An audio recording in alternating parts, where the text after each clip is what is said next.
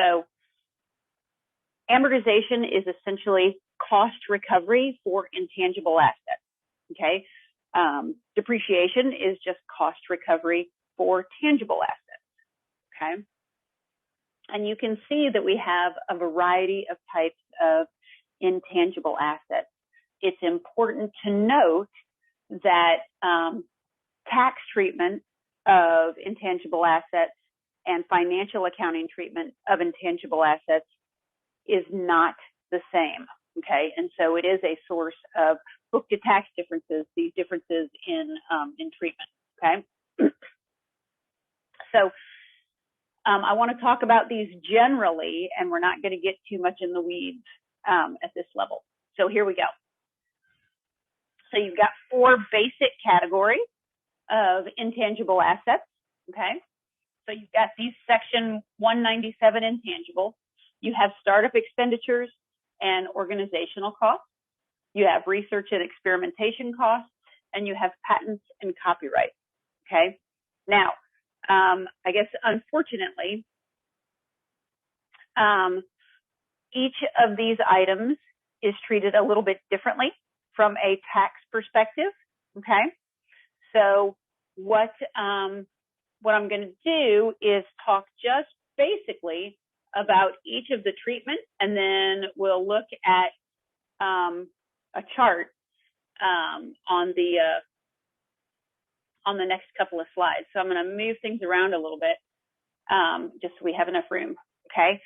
So what I've done is I've added some verbiage to these Section 197 intangibles, okay? So they have a recovery period of 180 months, 15 years, regardless of their actual life, okay? And so they use what's called a full month convention, okay? Now, that should not be confused with startup expenditures and organizational costs, okay? So startup expenditures and organizational costs are kind of what you would expect they would be. Hold on, I'm going to change the font here, and I apologize for moving that around a lot. I'm kind of trying something new out with doing the PowerPoint video in this format. See how we like it. Okay, so organizational expenditures are legal fees, all of your costs related to setting up the corporate structure of a business, okay? And then startup costs are business expenses related to the startup, the actual operations of those businesses. There is a break point between when do organizational costs end and when do startup costs begin. We are not concerned about that for the purposes of this course, okay? Research and experimentation costs, that is another separate category of intangible assets, okay? And obviously you know kind of what those are, okay? So they can immediately expense those costs, or you can elect to capitalize and amortize using a straight line method over not less than 60 months, okay? So again, you've got some options, but those are going to be different than what you'll see from a financial accounting perspective. And then lastly, you've got patents and copyright, okay? And those are maybe the type of intangible asset that that folks are most familiar with, just from a they're less exotic than some of the other intangible assets, okay? And so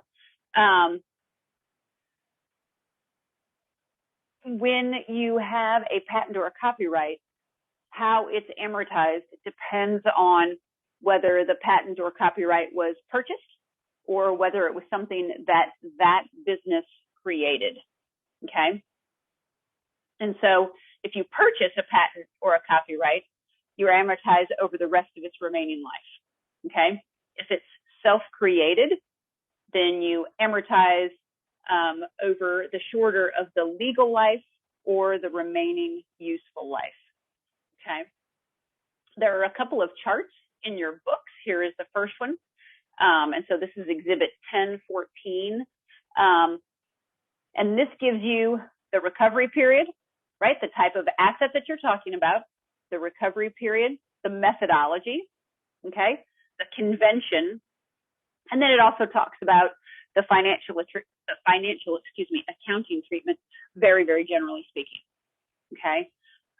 So this chart and then the next one that I've included is also pretty handy, okay? So look at research and experimentation costs that are capitalized, okay? So you can figure out the useful life or not less than 60 months, okay? But for financial accounting perspective, it's expensed, okay?